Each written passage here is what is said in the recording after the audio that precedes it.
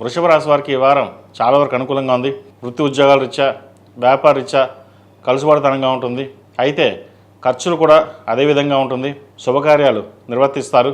వ్యాపారంలో నూతన వ్యాపార పెట్టుబడులు చేసే క్రమంలో అధికంగా ఖర్చు కూడా పెట్టవలసి వస్తుంది.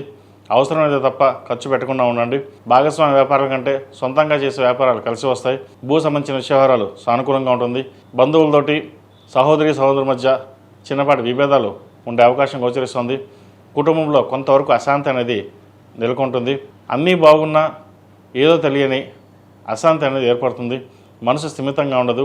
ఏదైనా ఆలోచించి చేద్దాము అంటే 1-10 సార్లు ఏదో వెనక్కి లాగడం, చేద్దాము వద్దా, ఇది ముందుకు వెళ్తే ఎలా ఉంటుంది అన్న ఆలోచనతో ఎక్కువగా ఉంటారు. కుటుంబ పరంగా చిన్న చిన్న మనస్పర్ధలు, పెద్దవాళ్ళ ఆరోగ్యం కావచ్చు, పిల్లల ఆరోగ్యం కావచ్చు, ఇబ్బంది పెట్టే అవకాశం గోచరిస్తుంది. వాటి విషయంలో కొంచెం జాగ్రత్తలు తీసుకోవాలి. దూరప్రాంత ప్రయాణాలు కలిసి వస్తాయి. అదేవిధంగా ప్రస్తుతం చేస్తున్న వ్యాపారస్తులకు అనుకూలమైన వాతావరణం నెలకొంటుంది. ఉద్యోగంలో కొన్ని మార్పులు చేయవలసిన పరిస్థితి గోచరిస్తుంది.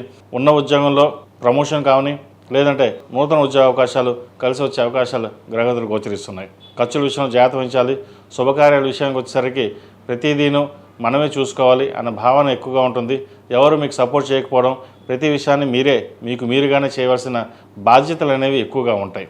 ఎన్ని బాధ్యతలున్నా ఎవరు మనకు సహాయం చేయరు. మన పని మనం చేసుకుపోవాలి. మనం ఒకప్పుడు అందరికీ సహాయం చేసాం, కానీ మనకు వచ్చేసరికి మనకు ఎవరు సహాయం చేయడం లేదు. సహాయం అంటే డబ్బు రూపేనా కాదు, ఏదైనా సరే మన సహాయం పక్కన ఉన్నావు అన్న ఒక మాట అనేవాళ్ళు తక్కువ అవుతారు. ఏదైనా మీకు మీరే చూసుకోండి, పక్క వాళ్ళు చెప్పాల్సిన అవసరం ఉందా లేదా అన్న ఆలోచనతో ఉంటారు. ఈ రాశిలో జన్మించిన విద్యార్థులకు కాలం అనుకూలంగా ఉంది. భవిష్యత్ బాగుంది.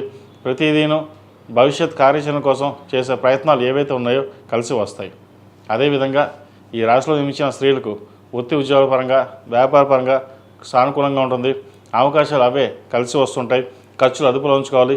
జీవిత భాగస్వామి సలహాలు తీసుకున్నట్లయితే మరిన్ని మంచి ఫలితాలు సంప్రాప్తిస్తాయి. సహోదరి మధ్య ఉన్న విభేదాలు కొంతవరకు సానుకూలపడుతుంది. స్థిరాస్తికి సంబంధించిన వ్యవహారాలు సానుకూలపడతాయి. దశమంలో వృత్తిలో రవి, బుధ, కుజ, రాహువులు ఉన్నారు. లాభస్థానంలో శుక్రుడు ఉన్నారు. శని శుక్రుడు ఉన్నారు. శుభస్థానంలో ఉన్నారు.